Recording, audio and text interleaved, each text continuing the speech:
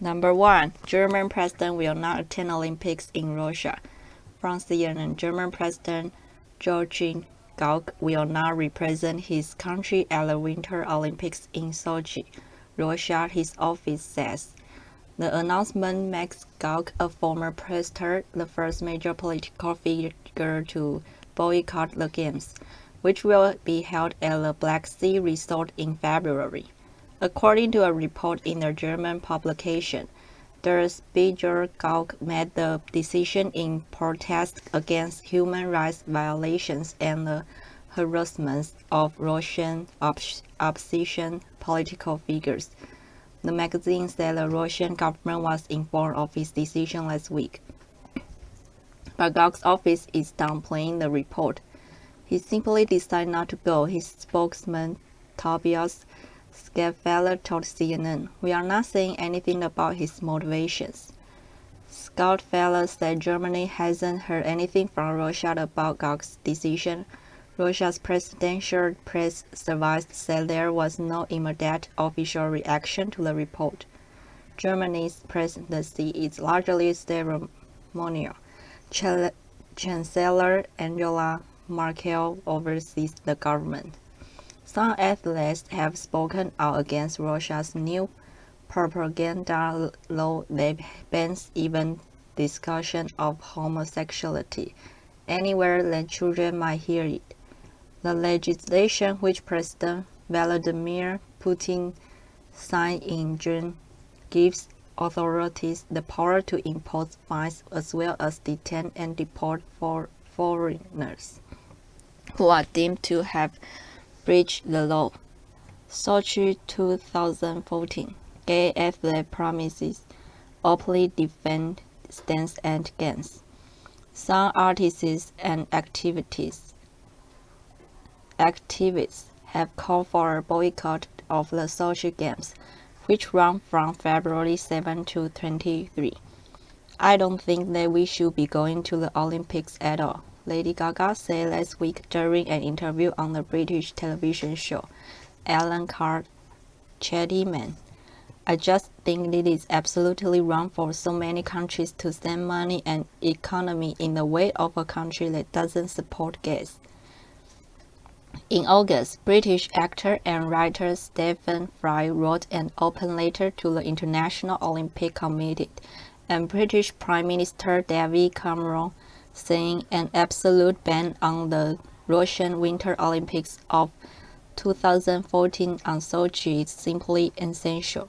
Staged then elsewhere in Utah, Lillehammer, anywhere you like at all costs, Putin cannot be seen to have the approval of the civilized world, he wrote in a letter posted on his website. Putin said in an interview on state television in September that gay people would not be discriminated against at the Sochi Games. But they appeared at odds with statements made by government officials that the anti-gay propaganda law would be enforced. Putin also later said everyone would be welcome to the Winter Olympics in Russia, regardless of sexual orientation, state-run RIN Novosti news agency reported. The IOC in August said it received assurances from the highest level of government in Russia that the law would not affect people attending or taking part in the Games. The next month, the IOC said the law did not violate the Olympics Charter. U.S. President Barack Obama rejected calls for the United States to boycott the Games, saying such a move would hurt American athletes who trained and sacrificed to qualify. Earlier this year, St. Lindsey Graham suggested a possible boycott of the Olympics if Putin allowed NSA leaker Edward Snowden to remain in his country, and if Putin continued supporting Syrian President Bashar al-Assad.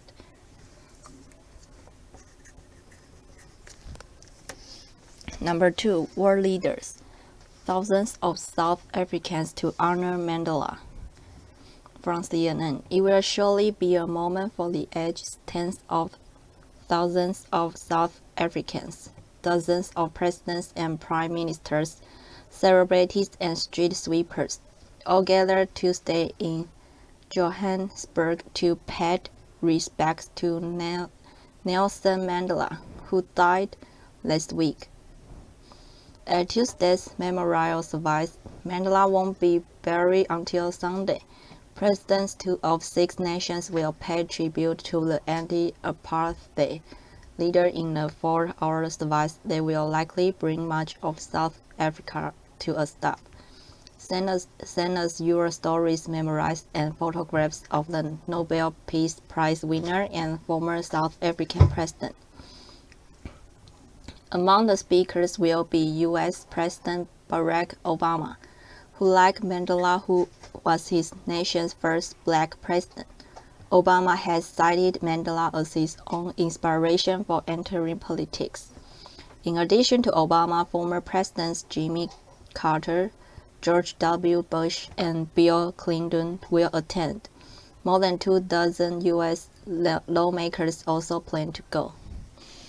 Other guests include the Prince of Wales, British Prime Minister David Cameron, and UN Secretary General Ban Ki-moon, who will also speak, as well as celebrities such as Bono, Oprah Winfrey, and Naomi Campbell. With 91 heads of state attending, security will be tight. South African officials won't talk about their security plans. How many police officers, how many troops, precautions to keep the stadium weapons and explosives free.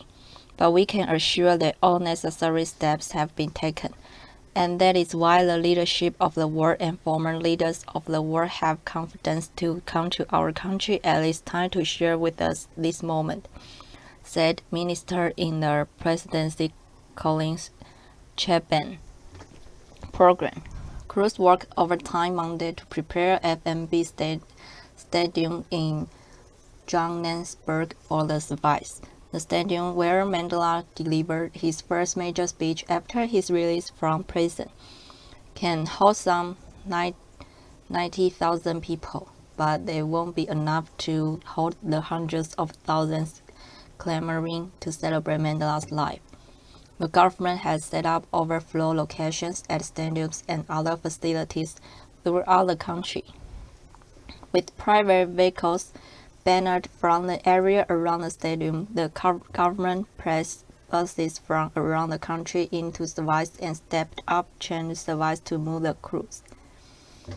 In addition to Obama and Ben, the presidents of Brazil, Namibia, India, Cuba, and South Africa are expected to speak at the service, as are family members, friends, and others. One potential complication: forecasters predicted potentially heavy rainfall during the event and the open-air stadium. Security: the event will undoubtedly revolve with other significant state funerals in recent decades, such as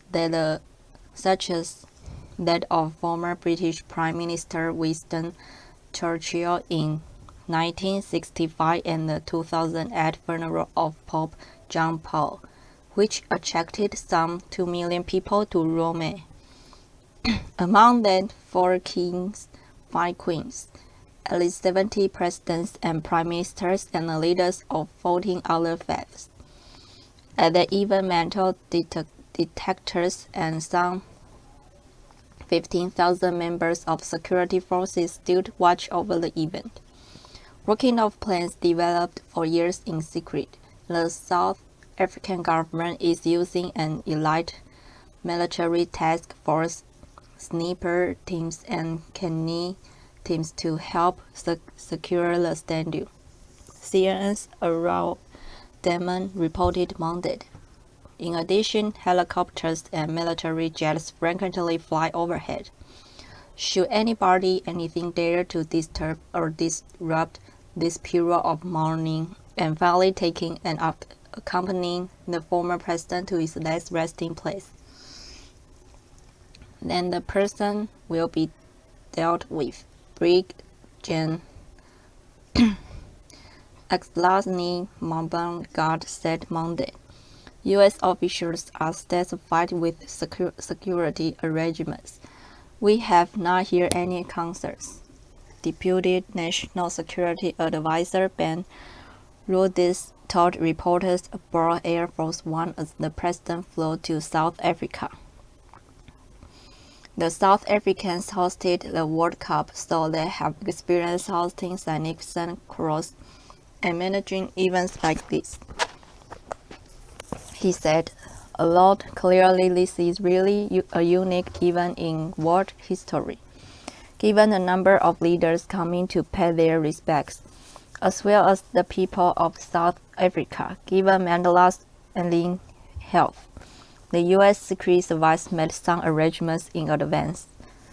A Secret Service spokesman said, "But work that would usually take months to complete has been done in less than a week." The spokesman said, "It's a compressed timeline, but there are certain protocols we must have in place for any trip," the spokesman said. "Those protocols involve securing the president's motorcade route and hotel rooms and doing security walkthroughs." The spokesman declined to offer specific details on security measures at the stadium. A state funeral will be held Sunday in Mandela's ancestral hometown of Qunu in South Africa's Eastern Cape province. Monday events, South Africa's parliament reconvened Monday for an afternoon of speeches and memorials to Mandela. Dozens of members of parliament spoke. The world over, his name has evolved into a metaphor, Deputy President Kgalema Motlanthe said. The name Nelson Mandela has entered the pantheon of history sages. All of the police-eyed friends who had not seen each other in years have been coming together with Mandela's family in his home, said Zelda Lagrange, Mandela's longtime personal assistant. Mandela called Lagrange his rock, even though she seemed an unlikely confidant. She was a white Afrikaner and an employee of the former apartheid government. In her first interview since Mandela's death, she described the mood in his home to CNN's Robin Curnow on Monday. "Obviously, there is a sadness in the house," she said, "but also people are celebrating Mandela's life. They are grateful." She referred to Mandela by his well-known clan name. Number 3. North Korea confirms ouster of Kim Jong-un's uncle from military post, from CNN. In a move to squash dissent within North Korea's ruling elite, the once powerful uncle of leader Kim Jong-un was removed from his government position at a ruling Workers' Party Politburo meeting Sunday, North Korea's state news agency KCNA confirmed. Jun Song-thaek, who married Kim's aunt, was the vice chairman of North Korea's top military body and has often been pictured beside Kim, who has ruled North Korea since his father's death in 2011. Some see this as perhaps the last part of the power consolidation phase, that Kim Jong-un has in fact removed all of the old guard close to his father and is now finalizing the inserting of his own inner group, said John Park, a Northeast Asia analyst at Harvard's Kennedy School of Government. John and his allies were accused by Kim of double-dealing behind the scenes, dreaming different dreams and selling off the country's resources at cheap price. thereby threatening North Korea's economic development, according to the KCNA statement. Opinion: North Korea's young king there to stay. Jin desperately worked to form a faction within the party by creating illusion about him and winning last week in faith and flatters to his side, the statement said. The public discount also scores Jin for improper relations with several women, drug use, gambling, eating at expensive restaurants, and getting medical treatment in a foreign country. Last week, two close allies of Jin, Lee Young-hak and Jang Soo-ki, were publicly executed, South Korean lawmakers said at a news conference. The lawmakers, including Cho Moon-ji of the governing Sae-Nuri Party, said this after receiving what they said was a briefing from South Korea's National Intelligence Service. CNN has not been able to independently confirm the report. North Korea, a state shrouded in secrecy, is involved in a projected standoff with its neighbors and Western powers over its nuclear weapons program. Tensions between North and South Korea soared this year as Pyongyang reacted angrily to tighten United Nations sanctions imposed in response to its latest nuclear test. The two sides are still technically at war after the Korean War from 1950 to 1953 ended in a truce, not a treaty. Opinion: war must awaken to North Korea's camps of horror.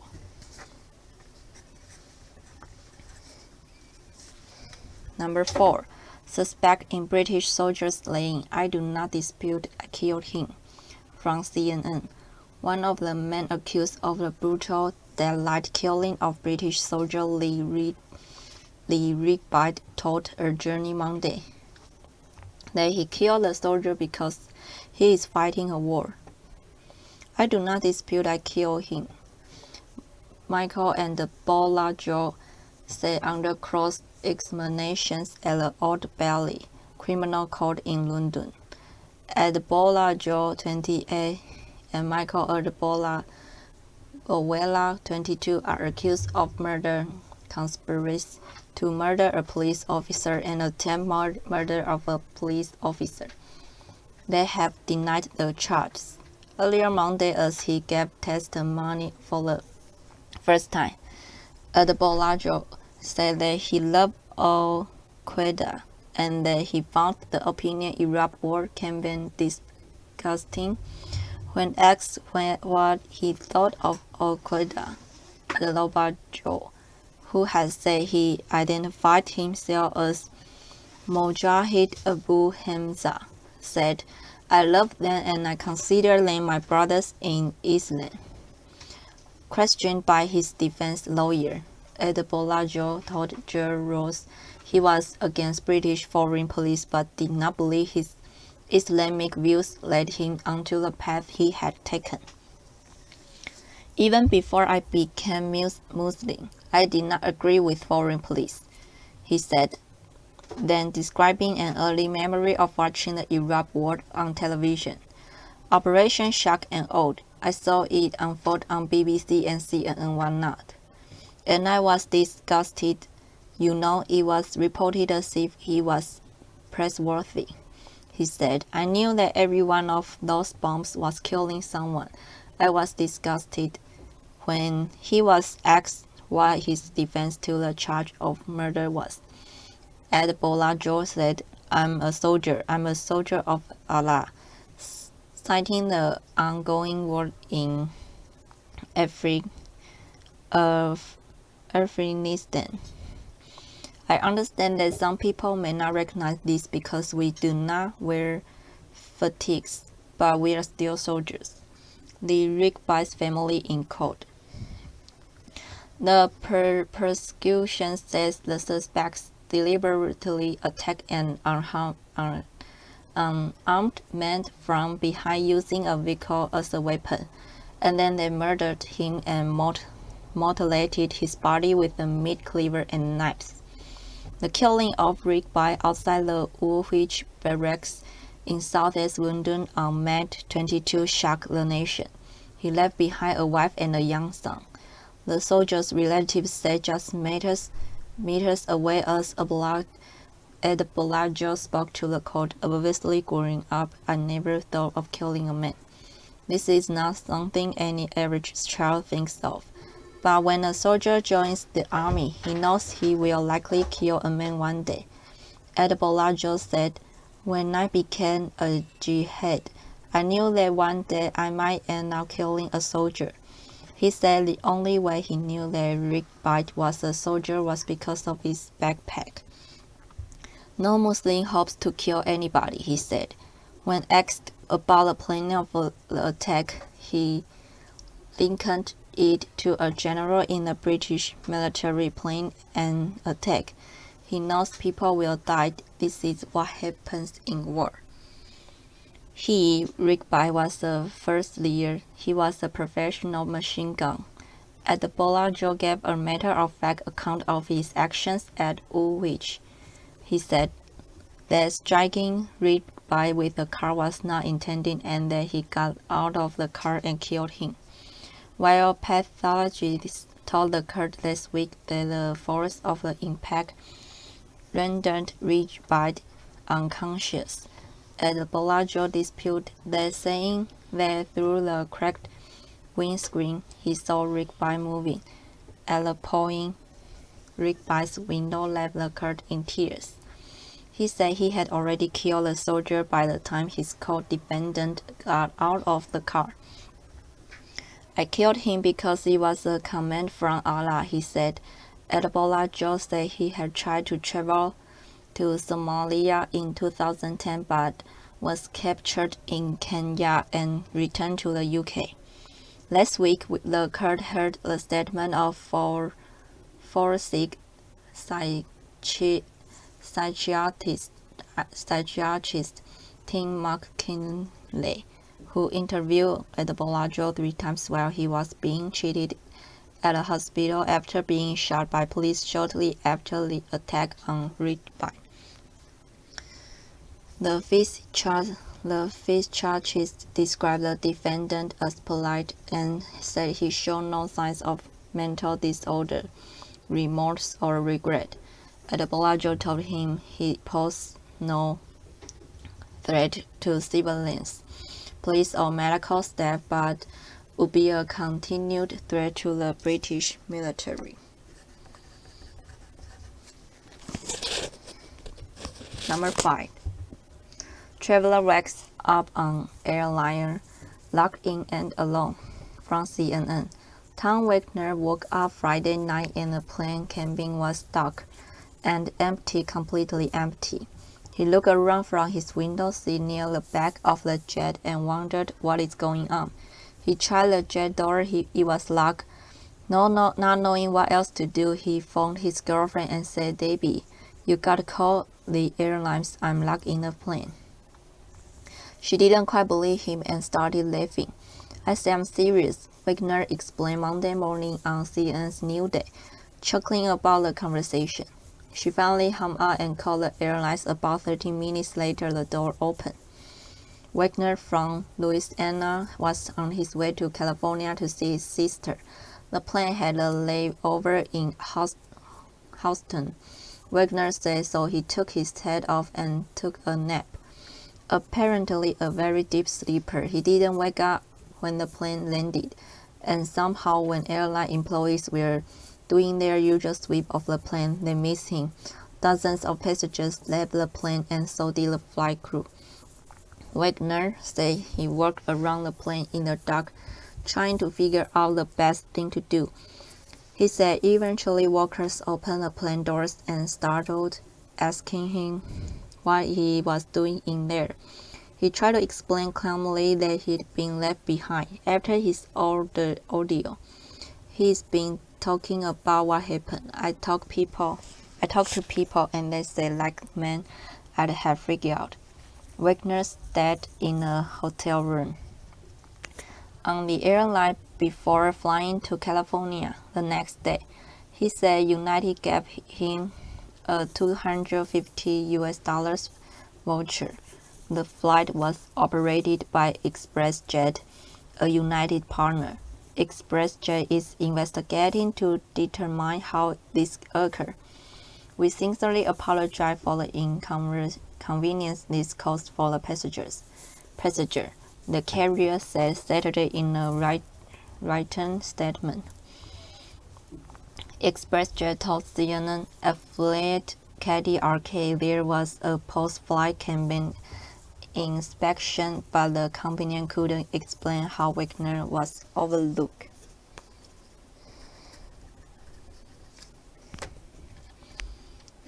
Number 6. South Korea expands air defense zone in reactions to China from CNN. In a move that is certain to anger China, South Korea has expanded his air defense zone to include an area claimed by both countries. Last month, China declared an Air Defense Identification Zone (ADIZ) in the East China Sea and declared that planes flying through it needed to fire flight plans. The Chinese zone covers a disputed submerged rock in the Yellow Sea, known by Korea as Liudu and by China as Suyang. Thumping his nose at China's flight plane demand, South Korea first sent planes into the area without notifying China. Read, China's new air zone raises neighborhoods irate. And on Saturday, it expanded its air defense zone to include the rock. The new zone will go into effect on December 15. South Korea Defense Ministry spokesman Kim Min-suk said the move was in accord with international norms. The new KADIZ's southern region was adjusted so that it is in line with Incheon Flight Information Region, which is internationally recognized and does not overlap with that of neighboring countries.